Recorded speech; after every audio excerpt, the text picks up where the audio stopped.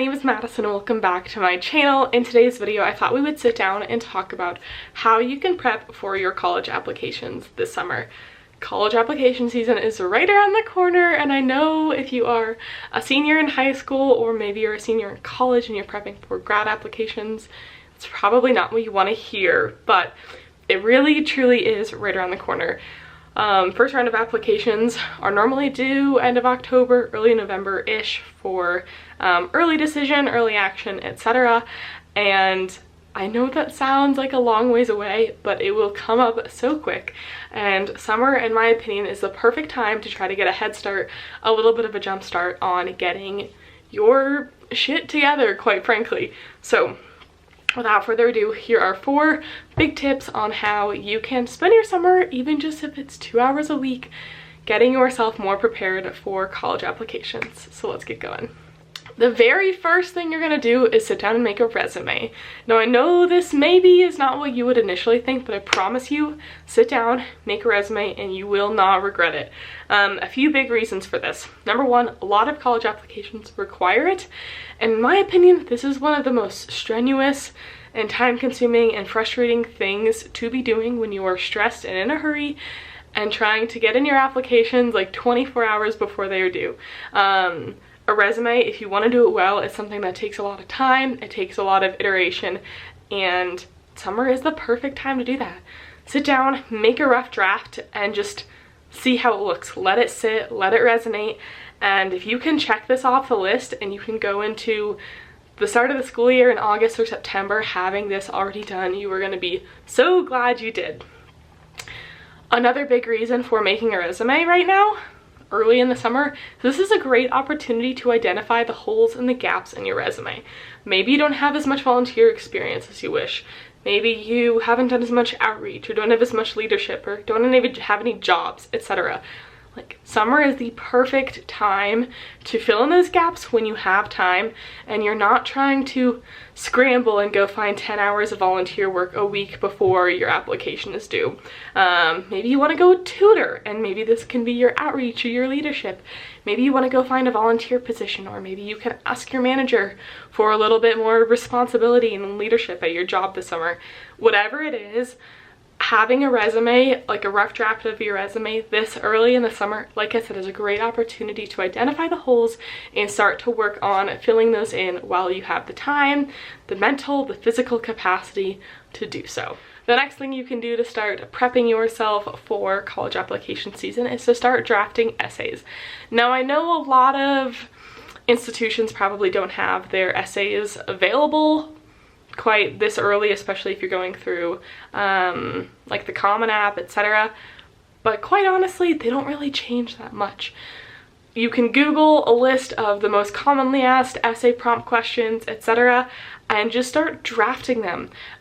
Similar to your resume, I find that when I am stressed and I'm in a hurry, my creativity window is so much more narrow than if I give myself time to work on something.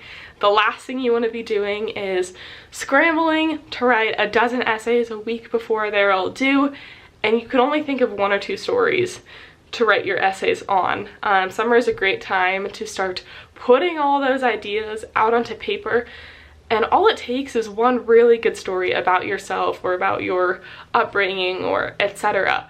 to really resonate with the college admissions. But odds are you're not going to come up with that one really good story without 20 other crummy ones before it. So give yourself time to really go through your entire life. What can I write a story about that really speaks to who I am, who I want to become, and whatnot.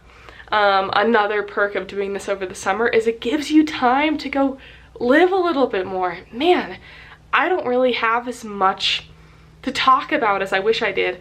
Let's go do some things. Go camping. Go, like I said, go get a volunteer position. Like, all it takes is one single instance of something to really resonate and hit home with you. But if you've been stuck inside for the last 6 years, like some of us maybe probably have been with online school and whatnot, from the pandemic way back when, now, especially in summer, is the time to go put yourself out there, live a little bit more, and see if you can turn one of those experiences into a really profound story that you can write your essays about.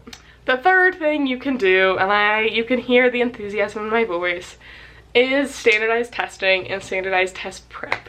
Yes, you can take the ACT, SAT, GRE, etc. over the summer. Even if you don't want to, do 2 hours of work a week, 2 hours a week of studying throughout the summer. Before you know it, you will have put in 40 hours into studying, and you'll feel so much more prepared going into your standardized test, maybe in early August, or do the one in a few weeks from now and use it as a baseline. Like, summer is the time, I promise you, especially if you are a more high achieving student. You probably don't want to be studying and doing your standardized testing. Even if you don't study for it, you don't want to be doing the standardized tests on the weekends in the middle of the school year when you are playing sports and you're in AP classes, or maybe you're a senior in college and you're doing grad classes. Like, I promise you, you don't want to be worrying about that then. So do that stuff now.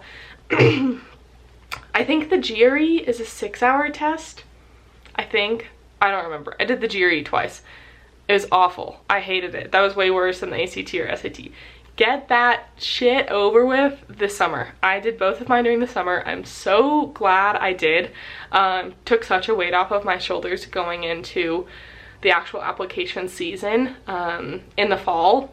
Just get it over with. Just do it. And like I said, even if you don't necessarily want to do it over the summer, just study a little bit. All it takes is like 2 hours a week of refining your math skills from the geometry class you took 4 years ago, or learning a few new vocab words, or, you know, reviving your grammar skills, whatever it is. Like, all it takes is just a little bit of work that can really make a big difference in your scores, which y'all know I have mixed feeling about standardized testing, but it is the day and age where standardized tests are becoming required again. And the last thing you can do this summer, and if you're watching this video, you may have already done some of this, but expand your horizons when it comes to the college search. I feel like I personally, especially with undergrad applications, went into my undergrad applications knowing these are the 4 schools I'm going to apply to and nothing else. I'm so glad I didn't listen to that, and I changed my mentality a little bit. I went and toured a few extra schools. I did a little bit more research and homework on what the schools had to offer, and I would not have gone to CU had I not done that. I would not be at CU for grad school right now if I had not done that.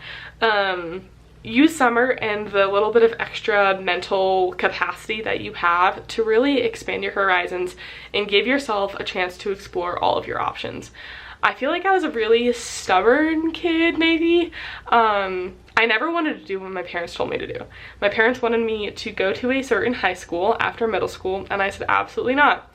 I went to the one that I wanted to go to, ended up hating it, and transferred to the school that they wanted me to go to all along after my sophomore year. I went into college with the exact same attitude. They're like, CU's a great school, yada yada yada, and I was like, no.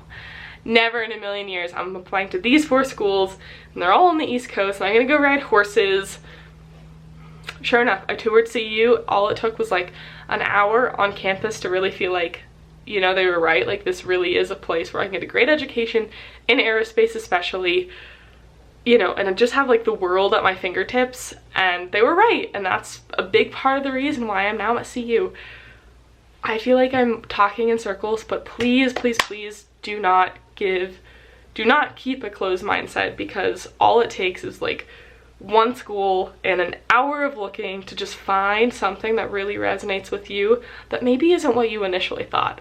Now, I know that maybe sound really counterintuitive given that I'm also doing grad school where I did undergrad. I applied to 10 grad schools. I got into almost all of them. I think I got into 7 of them. And I decided to stay here. I feel like I have a if it ain't broke, don't fix it mentality, and I'm so glad I'm here. I've been loving my experience, and it's crazy how it all works back to like 6 years ago when my parents were trying to get me to just come tour CU. So all that being said, if y'all have any questions about the college application process, I've done it so many times now, I feel like.